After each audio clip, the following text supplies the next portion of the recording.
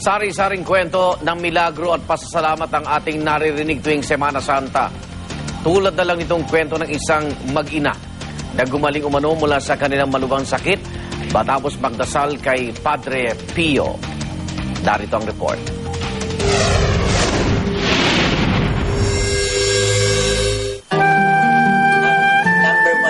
Stage 3 breast cancer na sumubok sa katatagan ni Nora Javier. Kinailangan niya magpa-chemotherapy. Labis itong nagpahina ng kanyang katawan. My cancer was an aggressive type of cancer. Nag-positive ako sa HER2. Nag-positive din ako sa ERPR. Sabi nga ng mga doktor, stage, kumbaga triple positive ako.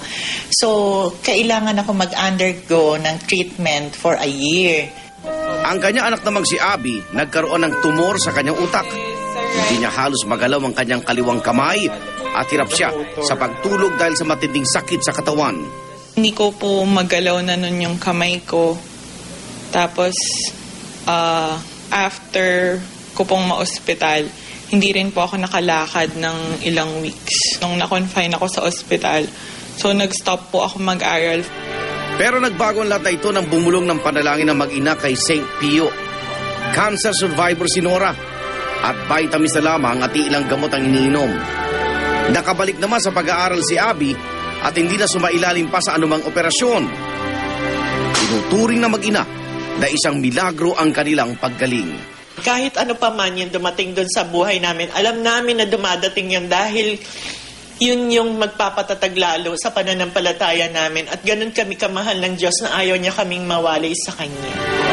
Si St. Pio of Pietrelcina ay isang Italianong pari na naging santo dahil sa kanyang pambihirang stigmata o ang pagkaroon ng mga sugat halintulad kay Jesus. May butas ang kanyang mga kamay at paa. Animoy pinako sa krus. Nagdurugo rin daw ang kanyang ulo na parang may koronang tinik. Nung nabubuhay pa, nagpamalas din siya ng mga milagrosong kakayahan katulad ng pakipag-usap sa mga espiritu. Dito sa Philippine Center for St. Pio of Pietrelcina Incorporated, makikita ang ilan sa kanyang mga relic. Ang kanyang buhok, bahagi ng kanyang damit, at ang mga guantes na kanyang ginagamit para takpan ang kanyang sugat sa kamay. All walks of life, from the poorest to the richest, yung middle class ang pinakamarami, from mga naka-wheelchair, dinadala rito.